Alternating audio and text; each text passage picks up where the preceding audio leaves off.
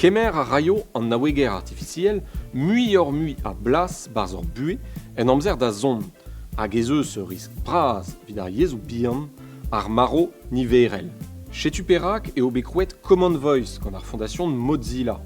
Ur raktrez evit enrola mouez an dut, evit ar yezhou bihan, evit kroui un dastumadek enroladennoù, frank a wirioù, da implijout evit nitra, evit kroui ur meziant, ul lec'hen internet pe lakat an naoueger artificiel da bleuchtri.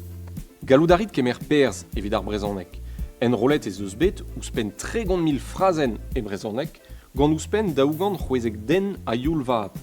Met, mankout a rat tut, a brezhoneg erezet dreistol, peduent in kemet c'hwer dregant deus an dut enrolet betegen.